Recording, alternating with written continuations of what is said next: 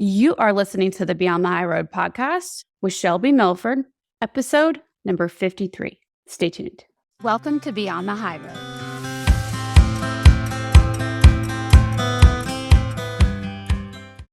Hey guys, I'm jumping in again because I realized I just forgot to let you guys know that I'm going to do another Ask Me Anything. Instead, this time I'm going to do it for 11 a.m. Eastern Standard Time.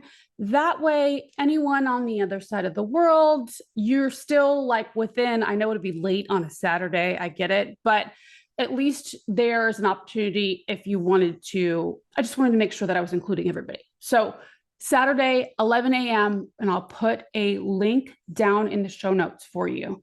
Also, you guys, if you want to I only send one email a week. It is just like an inspirational email that also lets you know about, the new release of the weekly podcast, right? So beyondthehighroad.com/contact, and I will put that down in the show notes below too. Okay. All right. That's all. Hi, you guys. How is everybody doing today? We are back on video for those of you who missed out last week. For those of you, I don't know if I ever have, maybe I have once. For those of you who are wondering what I'm talking about when I'm saying watching on video, I don't know if I've ever let you in on that. Well, you can go to YouTube. I don't have all of the episodes up there on YouTube. For a while there, I still am kind of hit or miss when it comes to uploading the videos there. But where I upload them to is Spotify. So if you want to watch the video, then go to Spotify, follow me there, and then you'll know what I'm talking about.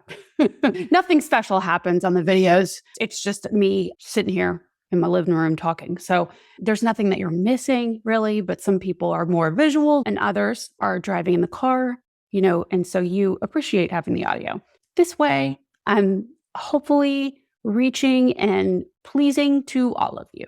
Coming at you wherever I can get you. Anyway, so today we are going to be talking about the bright and sunny subject of stress, chronic stress, and what it does and what you can do. Okay. I feel very strongly, very passionately about this topic, about maybe providing you guys with the reminders of what chronic stress can do to your body, to your brain, not to, freak you out at all. In fact, the opposite. What I'm hoping to do here is by the end of this episode is, if you don't really know, if you've kind of been like, la, la, la, la, la, like, I know this is stress, all of this is stressing me out, but I don't want to talk about it because I don't want to stress myself out more, right? So maybe some of you are holding your ears, so you don't necessarily have all of the information on it. And then others of you, maybe you are, I don't know if overeducated is actually a thing, but you are immersed in it. And so for you guys, I want to bring some light to the subject for you so that you feel like there is some hope, right? That there is a clear pathway out of the chronic stress that you have been undergoing, and maybe in your mind, you're not through with it yet, not even close. So you guys obviously know that I'm no neuroscientist. I'm not a doctor of any sort, or even a licensed counselor, therapist, but I do a lot of research, reading and listening. And then I break it down and put it in simple terms for you guys to have. So that way I'm just saving you guys a bunch of time. Okay. But yeah, so just know, I'm sure you do know, I am a coach, certified twice, but I'm not a doctor. I'm passing along all the information. And so let's make that real clear in the beginning, just in case you weren't. And now we're going to keep on rolling. So chronic stress, we hear the message all the time in the media, on the news. You have Dateline specials specifically for this, what chronic stress does and how dangerous it is and how it causes disease and how it can literally kill you. This is the message. It causes hypertension. It can cause early onset dementia and or cognitive decline. On that note, memory loss, slowed learning, the list goes on of all the ways that stress can actually bring on disease, cancers. When excess cortisol is released in your system without proper management and regulation of it, it can cause inflammation in your body and your cells don't respond as well. And so your immunity goes down. It slows down your process of healing anything, whether it's wounds or whether it's, systemic sickness. So stress and the high levels of cortisol can affect your sleep, not only your quality of sleep, but the amount that you're sleeping. And sleep, actually, this is where it gets like a little bit crazy, is because if we don't have the proper amounts of sleep is like the most important thing. And I know you may hear that a lot, but I cannot express to you how important sleep is for your brain to recover. And when you have chronic stress and you have that excess of cortisol released, if it's coming to the point where it's interrupting your sleep cycles and your quality and amount of your sleep, this is a problem. So again, I want to stress to you, pardon the pun here, I don't want to scare you. That's not the intention of this episode. The purpose is to educate you or remind you, if you already do know, so that you can amend it, so that you can become aware and start moving forward in a way that is better for your body, better for your system. Okay. So yes, a million times over, chronic stress can be bad. Okay. I need to put the emphasis on can. You can absolutely correct this. It is so important that you take care of your body and your brain. Your brain, this is like the motherboard of your body. And the way that you think, you hear me say it all the time, the way that you think affects everything down to a cellular level. In fact, so much so that how you think can actually, over time, change your DNA. It can alter your DNA and what is passed down to your children and their children and their children and their children. You can change how your cells look and what they might be predisposed for just by the way that you think. Okay? Which I think is fascinating. One very interesting fact that I found out when it comes to the excess cortisol being released in the body, when cortisol releases into the hippocampus or hippocampi, they'll atrophy. So as they shrink, that lifts the brake, if you will, like the opening to the HPA axis, the hypothalamo pituitary axis, right? Not important, but cortisol then floods. It actually decreases your ability to deal with stress. You have a lower immunity, so to speak. Your threshold for it goes lower. But also what happens is that because you're not able to handle the stress as much, then more cortisol is released, shrinking the hippocampi further. And so it's like this vicious cycle of you not remembering, not learning, because just as a brief, your hippocampus controls most of your memory. Also, your learning, your ability to comprehend and take in, retain information that you learn, new information. And so over time, the increased atrophy actually contributes to early onset dementia, Alzheimer's, and what have you. One of my biggest fears, I'm sure I shared with you guys, and I still have the problem today, is that I don't find words when I'm speaking as easily as I once did, right? I have a harder time formulating sentences. I'm no joke, due to the immense amount and elongated trauma that I was holding on to, unprocessed trauma that I had. So for me, I take all the actions that I can to reverse that, to increase the volume of my hippocampus. I have a video on Instagram about this. It's like the pinned one. It's the first video you would see there on my Beyond the High Road page. It's been there for like a year. It is so fascinating to me that you not only that this happens, right, that you can actually shrink your memory centers and your learning centers and your brain, the actual volume of them atrophies, right?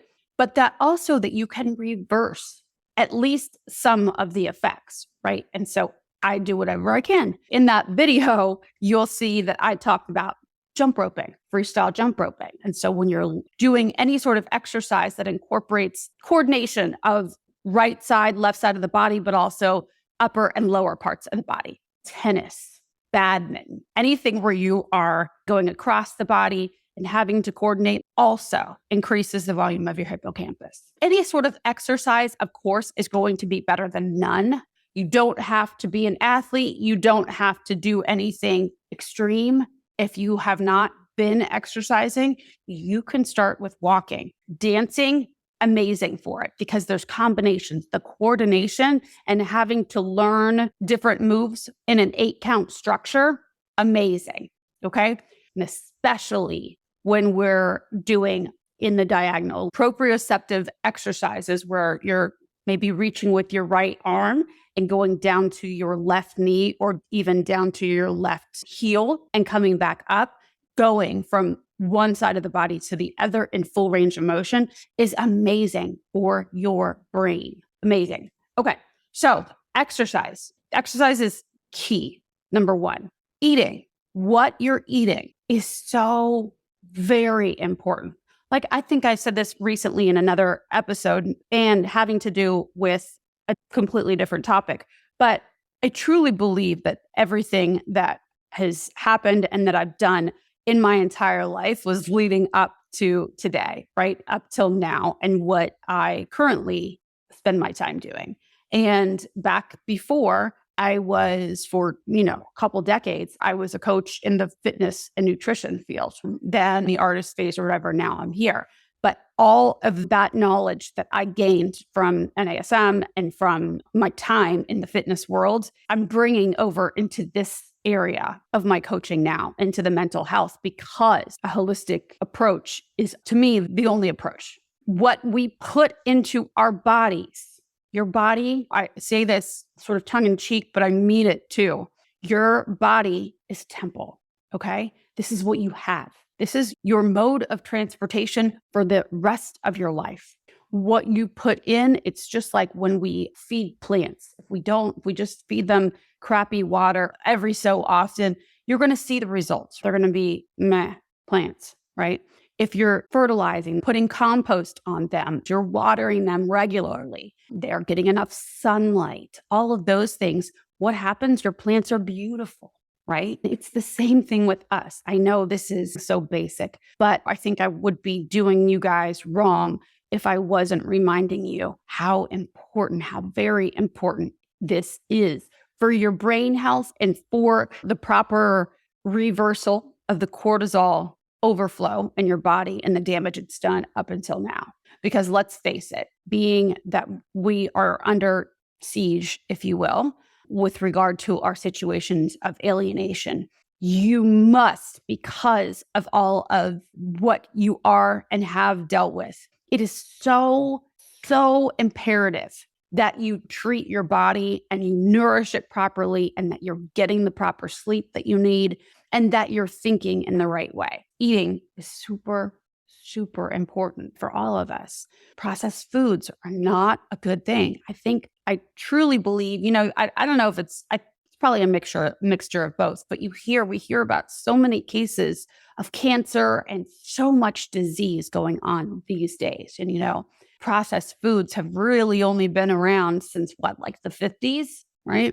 And to me, I feel like that what we've been eating and what we've learned to be accustomed to eat, maybe even brought up on, these things are what is creating the inflammation and disease in us. We, as alienated parents, are already dealing with so much stress. Why stress our bodies on top of it?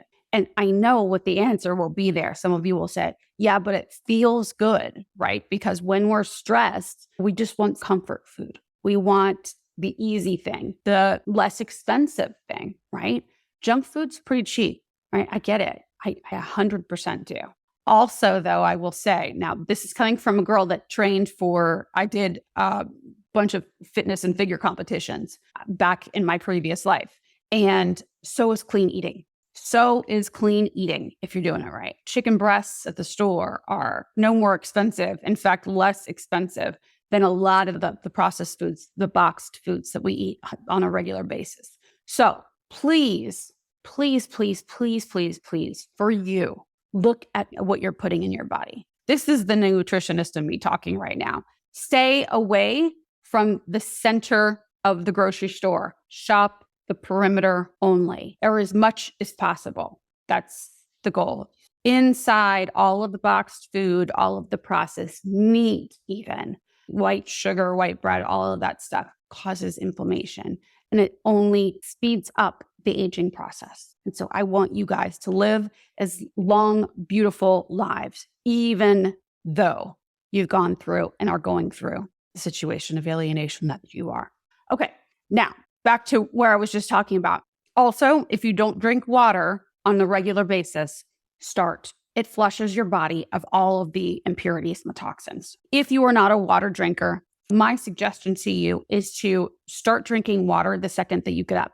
Before you have a cup of coffee, drink down a whole water right when you wake up. When you do that, for me anyway, then I am thirsty the rest of the day because my body's like, oh yeah, that's right, we want water. And so I will continue drinking it all day. I'll be so thirsty. If I don't, yesterday I was off my schedule. I forgot because I didn't have my first big cup of water.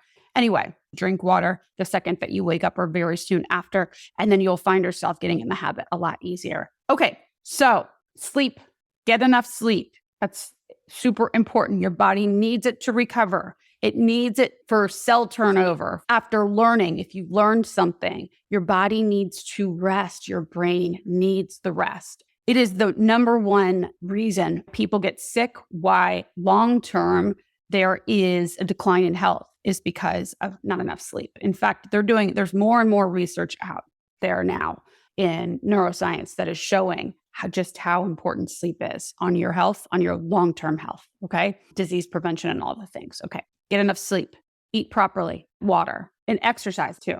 And then lastly, I'm leaving out, you guys, I'm going to leave out like drugs and alcohol because I'm just going to assume that you know what the answer is there, okay? That's just a given. Alcohol is, the more researchers come out, alcohol is absolutely terrible for the body. And that sucks. Like, I'm not against alcohol. Like, I'm totally fine with it. But the research is showing it's poison to the body. Moving along, because I don't want to be the person that harps on that. How you think is the most important thing that you can do in order to lower your stress, okay? How you think, the things that you think, the way that you think even about your stress will cause you to go one direction or the other.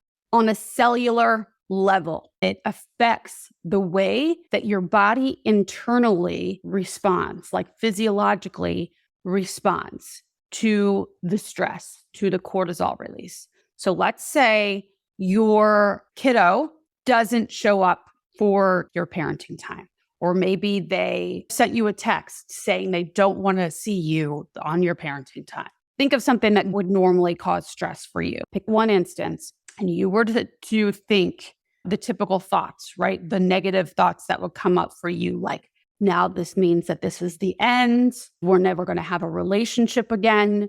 We are doomed, yada, yada. When you think those negative thoughts, now there's nothing wrong with thinking those thoughts, but when those are the predominant, and if you believe those thoughts and go with them, ride that wave, then stress, the cortisol will be released in the same way that it normally is. You go into your stress response and it affects you as I've just explained, right? Alternatively, there's a second wave coming, and that wave is productive thoughts, thoughts that help you. They may be sad thoughts, but they're productive and they're accurate, okay? Where the first wave was like, we're doomed. This will never be. This means my life is over. I have no purpose. That's the first wave. Second wave is, this is awful. I'm really disappointed because I wanted to see my child, right? Already less dramatic, already pretty accurate, right? And I also know that this doesn't have to be the end. Relationship exists in my mind. There's no separate entity that is mine and my child's relationship. They think one way, I think another. I choose to believe this is not the end. I am sad and I have purpose. I create purpose. I create purpose in my life. My child does not create purpose for me. Okay, that's wave number 2. Well, as I'm sure you can guess, the cortisol that is released is not nearly as much with wave 2 as there is with wave 1, right? So it's sort of like having a growth mindset, because growth mindset is, just for a quickie definition, is a mindset is like a set of beliefs and thoughts that work together in order to purpose you in one way or the other, right? And growth mindset is the belief that your actions cause you to find success and purpose and meaning in whatever goal you were going after, right? If you have a fixed mindset, you believe that you were born with what you have. There is no hope if you don't already have the tools necessary. They've done studies, and actually, this is what we're doing this month in the Healing Reinvention program. I share with you there the studies that were done to prove the effects of having a growth mindset versus a fixed mindset, and how just astounding the differences are in studies with children in the school age, and then, of course, all the way up to people in Fortune 500 companies and hotel workers of all walks of life, and what the difference is of having this growth mindset, an informed mindset, a can-do mindset versus a fixed mindset where your capabilities are static. They are, you get what you get, right? 2 entirely different ways. So first wave, second wave, different kinds of thoughts that we can have in stressful moments. So wave 2, when we're thinking thoughts that are more accurate to the circumstance, as opposed to the dramatic, upsetting, further stress causing. This is the key here. This is really what I wanted to talk with you guys about today, is we can have stress, we can have grief, and then we can have thoughts and a story about the story that causes so much more pressure and heaviness on top of it. Okay? And what I want to help you guys with is to let go of the extra, the undue stress that you might be causing yourself on top of the stresses that come from the outside. Because for so long, I going down this whole mental health and self-betterment journey of mine, I was just learning how to manage my mind. I was applying all the things. I was doing my daily brain dumps. I was doing so much research and was having so much inner success. I was feeling so good about my journey. And then what would happen was one day, a stressful event, something would happen with my daughter or my ex. And although I was managing my mind around it and I felt good there, my thought was, if stress is so bad and it's a killer, and all of these negative effects, and it's affecting my physiology in the shape of my brain, the volume of my brain, because of these outside circumstances, I have no control over what happens out there. And that sucks for me. In my mind, I was like, so you're telling me that they could actually affect the size of my brain and affect whether I have cognitive decline, early onset cognitive decline and dementia because of them. That fucked me up inside. I was stressed out about that. And so when I realized, digging deeper and deeper and doing some of my own research on it, that yes, outside stressors can have a negative effect on our physiology. But what matters most is the way that we intake the outside stressors. So ultimately, we do have control. Okay? We can't change somebody passing away, our child not speaking to us, the alienating parent alienating, right? We cannot change those things. And I am definitely not suggesting, let me be very clear on this, I am not suggesting that you think happy, positive, la thoughts about that stuff. Okay? Not at all. In fact, I advise against that, because when you have this overly positive, la attitude, that actually leads to other problems and cognitive decline as well, because then your body is taking in the stress and denying it. I do not want you to deny it. What I want you to do is mindfully choose how you want to think about it. Okay? This is everything. I'm telling you, down to your cells. It affects the way that your blood flows. It affects the way that you see. It affects your vision. It affects your speech, your learning abilities, everything. Okay. So, okay. And then there's also something called a stress is enhancing mindset. You haven't heard about this. It literally stopped me dead in my tracks when I heard somebody say, I was listening to a lecture and he said, you can actually use stress to reverse the effects of your stress. And I was like, what the fuck are you talking about? Sign me up. I need to hear everything there is to hear about it. It stopped me dead in my tracks because this is something that I had been so freaked out about, right? I was so freaked out about like, yeah, okay, but I'm managing my mind. I'm doing all I can. But are you just telling me that they, the alienator or whoever, can just go ahead and just fuck it right back up and fuck my whole future right back up just because of their actions? I was freaking out, right? And so when I found out that you can actually use stress to enhance the systems in your body and actually use it to your benefit, I was like, done. How do I learn everything I can about this? And so it's true. A doctor out of Stanford, actually a few doctors out of Stanford, but for this one that I'm getting ready to talk about, Dr. Crum, Olia Crum, she has been studying the effects of stress is enhancing mindset for years now. I read papers of hers. And so the idea is when the body releases cortisol, epinephrine, norepinephrine, it's preparing you for action. And so like, these are actually good things. When you go into a stress response and you're using this for performance, your blood starts pumping. You are laser focused. Your hearing becomes heightened, right? You are on alert. You are ready to go. Your reflexes are quicker. Your memory, actually, in the stages of when you are like in fight or flight, your memory can actually be heightened and your focus, attention to detail is super high at these times when you enter into a stress response. So you can actually use this to your benefit. It doesn't have to go on the way that we have typically had it go on, right? When we enter into a stress response, we can decide how we want to think about that stress and how we can use it to our benefit, as opposed to going into the whole, oh my God, I'm feeling the stress response again. I'm going to die. I'm going to die early because all I do is feel stress. This is terrible for my body. Stress builds up. It's toxic. This is what I would think about.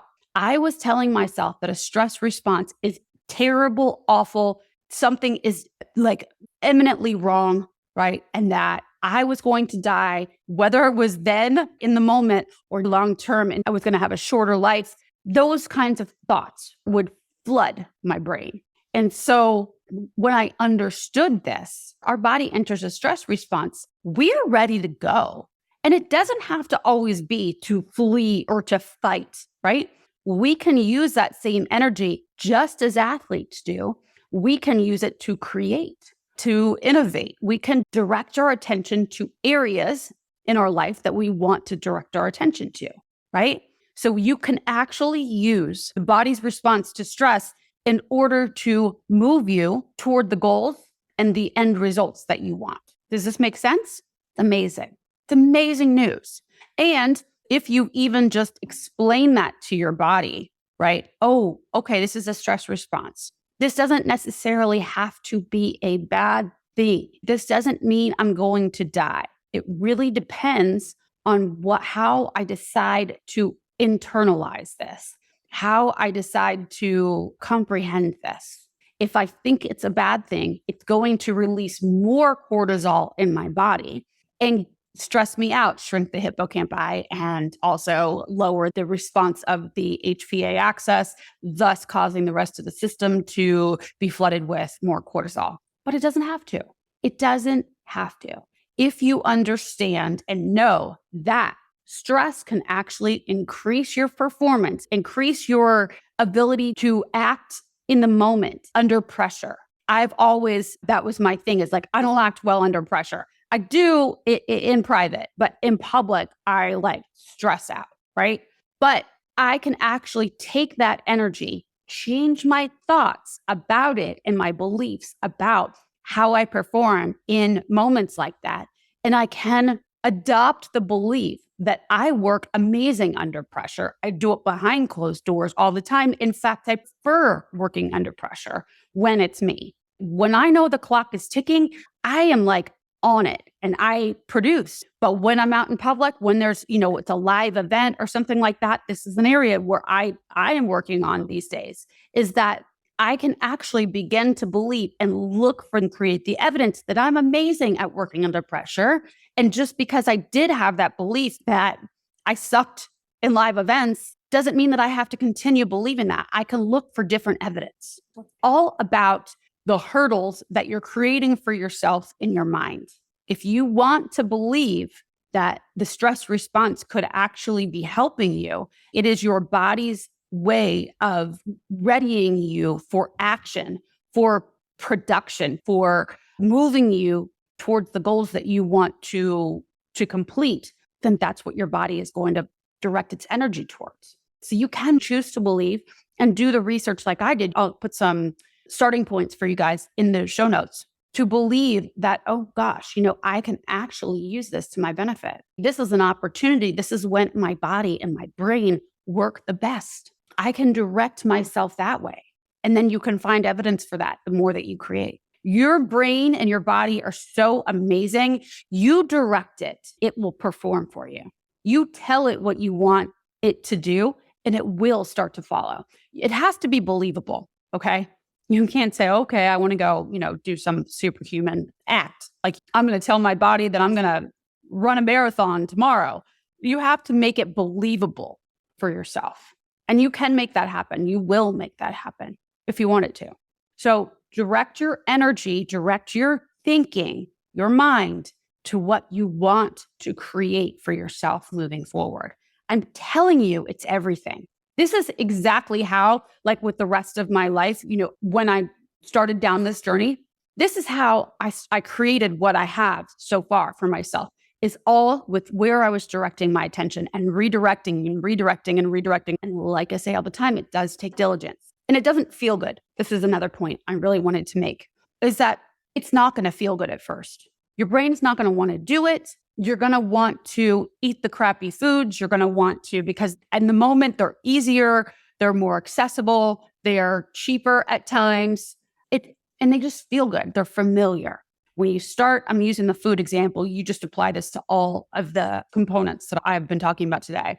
But the reward that you're getting long-term, I promise you, will feel better for you. And you're going to want to keep making that choice. And then you'll look back, and it's kind of like when you have been dating, the narcissist or some other person, and you just couldn't live your life without them, right? And then you get out of that relationship and you look back and you're like, what the fuck was I thinking? Same. Once you make that the habit, you'll look back and you'll be like, I don't know what I was doing. What took me so long? What took me so long? That's the question I ask myself all the time. Why did I like that? Why did I love those Fruit Loops? Whatever it is, right? So yeah, it's not the easy choice at first, but I promise you in the long run, it is way easier on so many different levels, okay? And the same thing when it comes to deciding on purpose what you want to believe about your stress, about your situation as a whole. It means everything. So here's what I want you to do is you can ask yourself any thought that comes in, and maybe you feel the stress response coming on. What am I thinking? What is my brain telling me about the situation that's wrong? What is the problem here? And then ask yourself if it's accurate, if it's true. Is it the only thing that's true? Or could the opposite be also true? You've heard me say that before. How could the opposite be true in this situation? Flip it on its head, okay? Just questioning your belief about what you think the problem is will already alleviate your stress, okay? And then remind yourself too that your belief about what the stress is doing to you will change the trajectory of your health and of your life. I can choose to believe that this stress is awful for me, and my body will slowly deteriorate. Again, not trying to scare you. A little bit I am, because this is something that's preventable. at the very least, curbable, okay? You can neutralize the effects of the stress that is coming from the outside, 100%. And that's really all I ask of you guys, is to neutralize the stress that comes from the outside world. Find a believable, true statement about the problem that can help you to lessen the effects on it. Again, not saying that you should think good things about alienation as a whole, right? I think it's awful. I truly do. I think the person that's alienating has some deep-seated problems with or issues with the way that they process their own shame, or let's just face it, not process their own shame. And they are in turn affecting the growth of our children, right? 100% believe that. I allow my sadness and even sometimes some anger. I allow the grief, the clean pain to be there. But the story about the story and any of the extra dramatics, histrionics, I let that go. Okay. It's unnecessary stress that I add onto it. So stress does not have to be a killer for you. Okay. That is the moral of the story. You can take on a stresses enhancing mindset. It can enhance. In fact, there are plenty of studies out there that show how stress, when taken in the way that I'm suggesting here, can move you forward, can propel you to the places that you want to go, to completing and cultivating your dreams, actually, while experiencing the grief of alienation. Okay. So I think that's it. In the Healing Reinvention program this month, this is what we're doing. So it's World Right Side Up is the parent topic, if you will. It is the main topic. But this week, we are going through stresses enhancing mindset and growth mindset, and how you can actually, I give you the tools all through the week in your worksheets of how to apply this to your life and to help you to mitigate the effects of the stress that you've already taken in and that you are currently holding on to, right? And help you to use it to your benefit. All right. So that's week 1. And the rest of the month will go into your thoughts about your own self, your thoughts about you before and after alienation, and today, right? And moving forward and where you want to go. So into your goals, you can decide whether you want to just do short term or whether you want to do short and long. So that's what we're doing in the Healing and Reinvention program this month. For my one-on-one clients, you guys all get many of my one-on-one clients don't take advantage of going into the Healing and Reinvention program. But I want to let you guys all know that if I forget to tell you in session, you guys have free access to the weekly coaching calls. And you also have free access to all of those courses that are in there, right? That there's been now 9 months of there's actually 10 or 11 courses in all, 30-day programs for you guys to go through in there that you get access to just because you're signed up for one-on-one coaching. So anyway, that is that. There's a lot of information, knowledge, content in there for you that you can take advantage of. And it will change. It really will. It will change the way that you view your world. It'll change the way that you view your stress, your situation of alienation.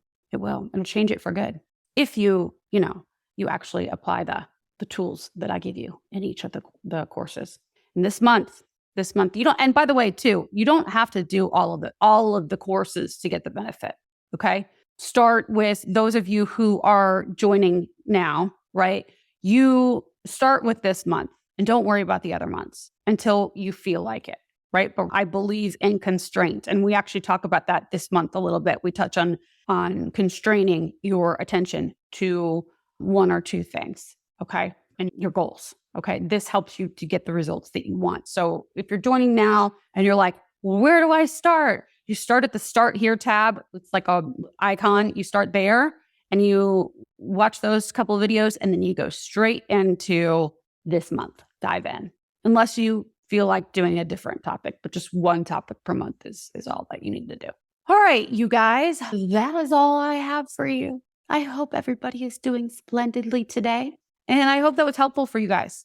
I'm serious about this. I am so passionate about this for you guys. Like, this is really, truly why I got into this work is, well, the first reason was that I never wanted any of other alienated parents like me to feel isolated and alone like I did, right? That's one.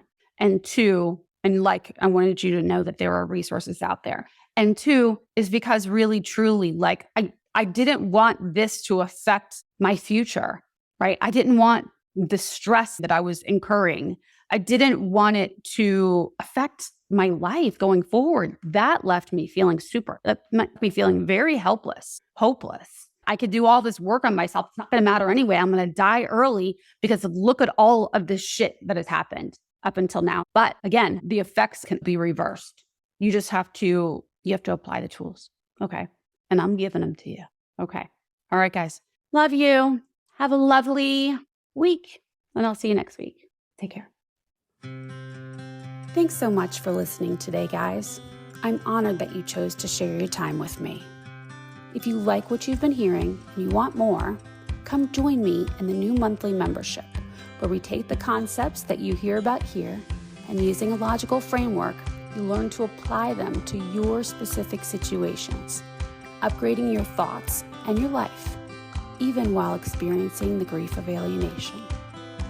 For more information, go to beyondthehighroad.com. See you soon.